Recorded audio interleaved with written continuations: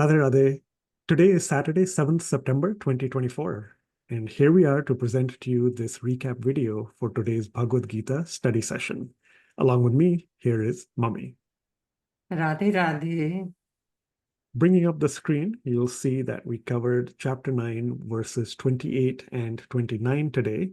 Of course, we first had the recap quiz, which was for last week's content, covering chapter 9, verses 26 and 27.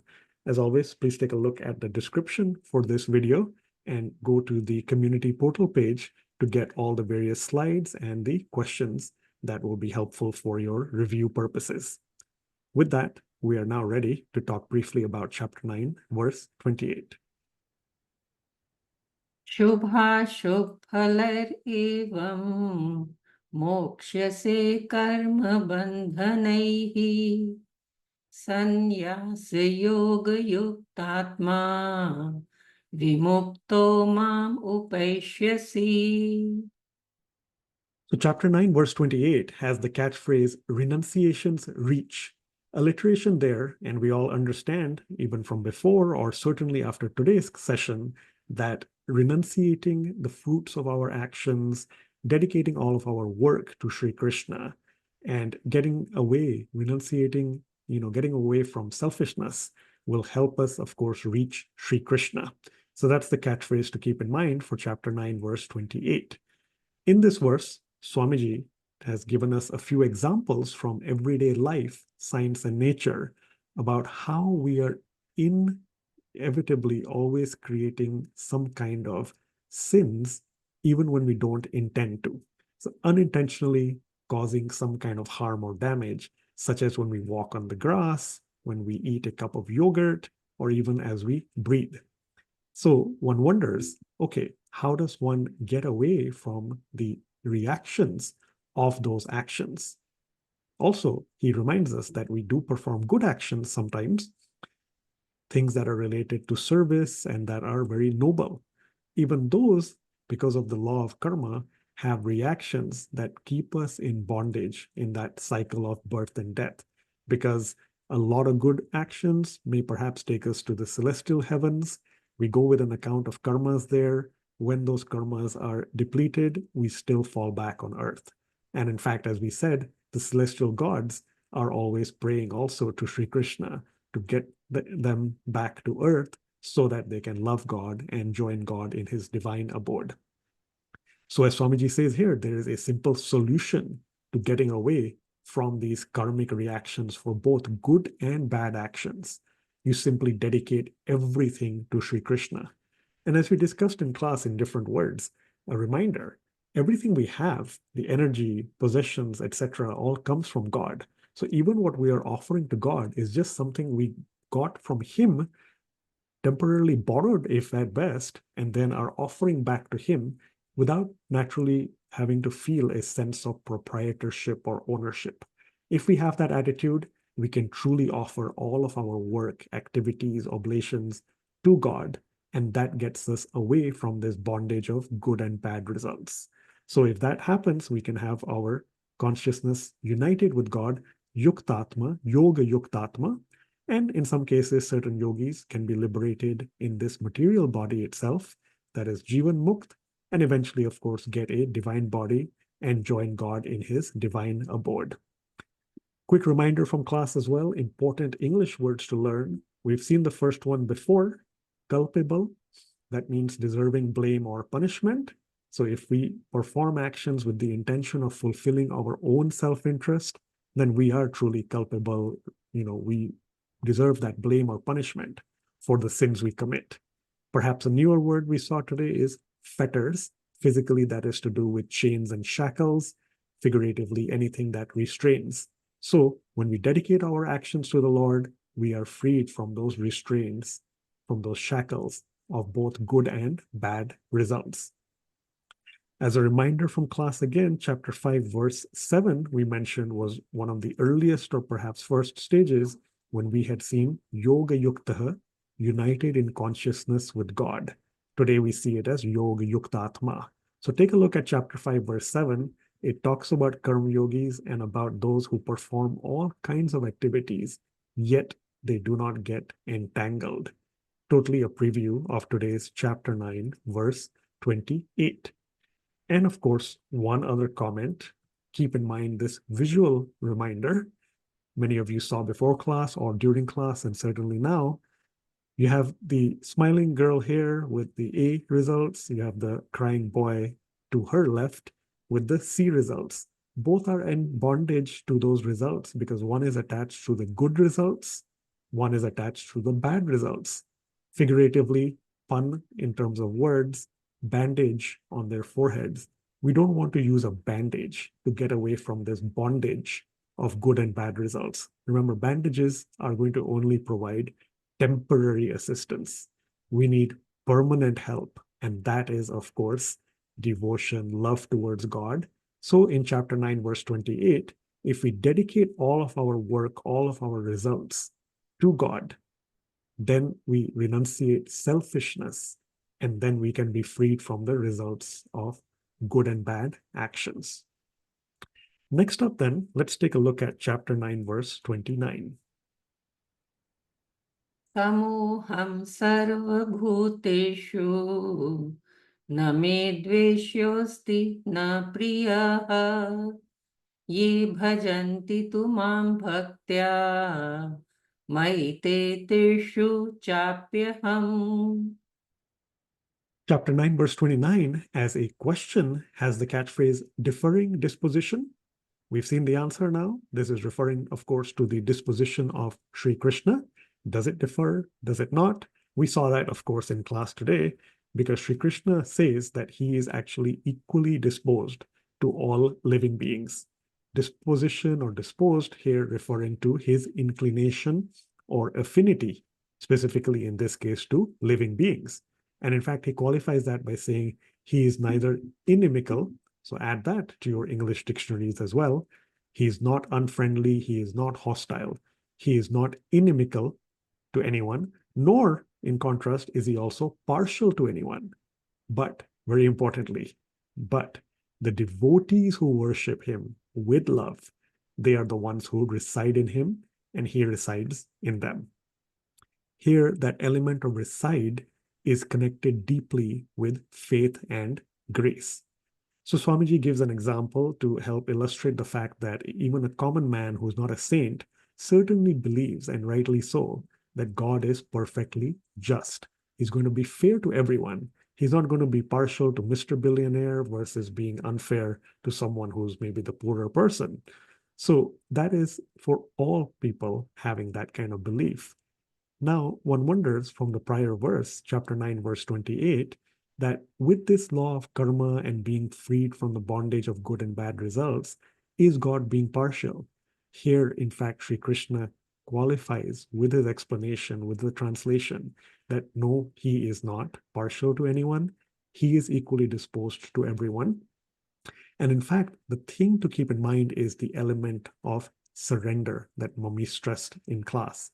Chapter 4, verse 11, Swamiji mentions in the commentary, and you can take a look here as well. In whatever way people surrender unto Sri Krishna, he reciprocates with them accordingly. Interestingly, everyone follows his path, whether they know it or not. So devotees follow the path of Sri Krishna. Others are following the path of Sri Krishna via Maya, because Maya also serves Sri Krishna. So everyone is serving Sri Krishna, whether they know it or not. So do take a look at chapter 4, verse 11. Back here, chapter 9, verse 29, then Swamiji gives a very helpful example that he is also presented in lectures and is also covered in the video we are providing this time in the In Your Spare Time links section. So as you're familiar with these slides, links that are helpful for your review material, this link here is going to cover a video that will talk about this same analogy of the raindrops. Rain falls on a pocket of land, covers different seeds, for example. Some become grains, some become thorns, and so on. The blame, the fault is not to be given to the rain. It is to the recipients because it is based on their nature. So based on our nature, for us to take away, it is this concept of our hearts that we are trying to purify and prepare as a vessel. Mummy often tells us about this. We want to keep that empty in terms of impurities. We want to purify it and keep it full of bhakti and love. And that is what is going to give us that rain. Rain meaning God's grace. Therefore, for devotees who worship and love Sri Krishna, he resides in them, we reside in him. Mummy, it's over to you now, chapter 9, verses 28 and 29, for additional comments. Well, you have said almost everything. So, what I will say, the previous verses, Krishna taught us that we have to offer him whatever, even a leaf also he accepts, but when it is offered with devotion and love. Now, here he says that we will be freed from the bondage of good or bad results of our karma. So, there is a very interesting statement that Swamiji makes in the commentary, where he says that good works can also be binding because they oblige the soul to go to the celestial abodes to enjoy their results. Now, look at this. Many of us may be just doing good karmas, oh, that we want to reach heaven, yes, and enjoy all that. But here, the thing is, we have learned through Bhagavad Gita that even after enjoying those, you have to come back to earth when that account is exhausted. So then, because our goal now, after reading Bhagavad Gita, is that we want to unite with Sri Krishna. We want to go to Golok. Now, for go to Golok, we want to get out of this cycle of birth and death. Now, to get out of this cycle, we have to become very, very aware. Aware of what? That day in, day out, we are using everything from this universe for our own interest. And we are not even thanking enough. We are not even caring for so many things, some very small things we don't even understand. We think we are doing good, but we are harming certain things in the universe. We don't even realize. So if we develop that habit of gratitude, that habit where we are not selfish, that habit that where each moment we are aware that God has given us so much. This is not our birthright, but he has given us so much. Let's be thankful to this universe at every step. That will help us to be free in this lifetime only. If we develop this habit of every morning, when we get up, first we say thanks to God for giving me another day. Then we are breathing, say thanks for giving me this shwas, this sans, okay, this breath. Then we put down our foot on the earth. We thank Dharti Mata, we thank the earth.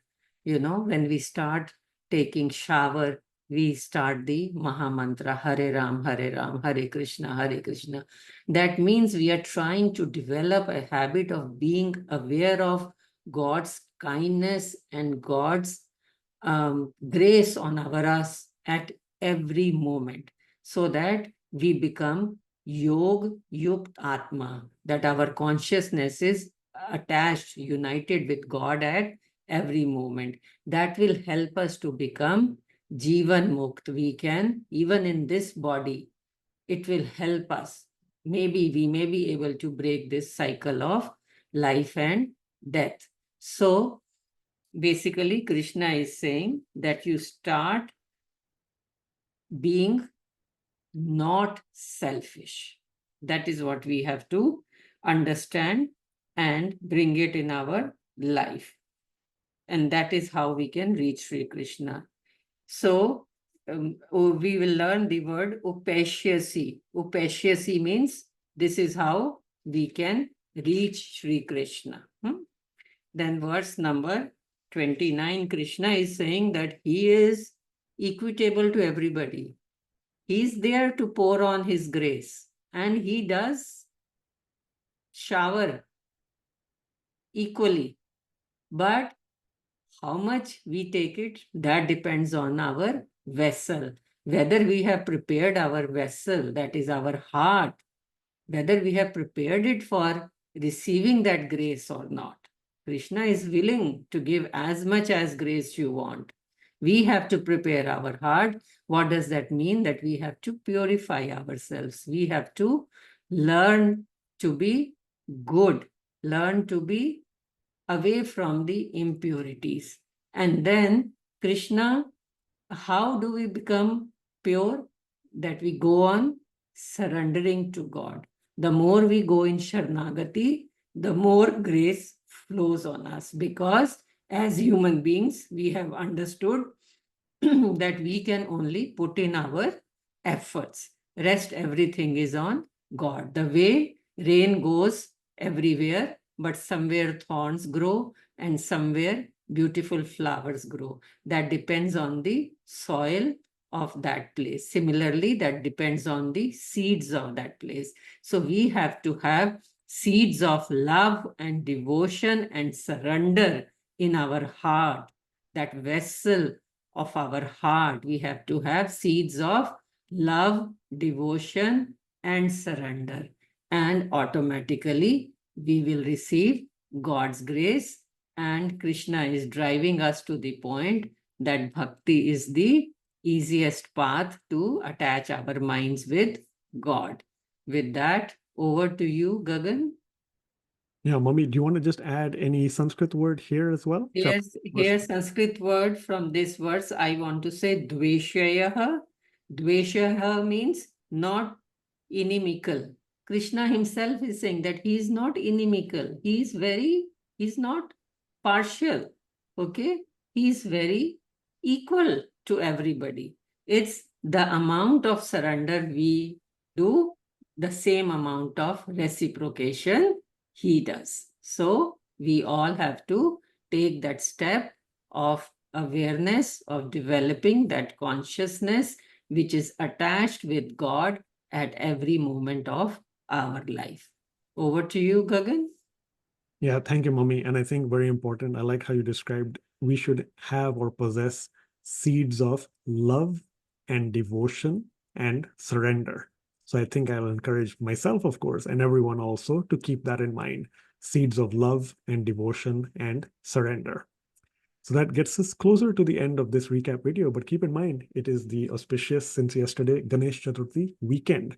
So of course, pleasant festive wishes to everyone. As we did in class, spontaneous quiz question asking everyone which Bhagavad Gita verse or verses Ganeshji was familiar with. If you think you know the answer or you recall it from class, go ahead, put it down in the comments to this video. And then Mummy had given an extra homework exercise.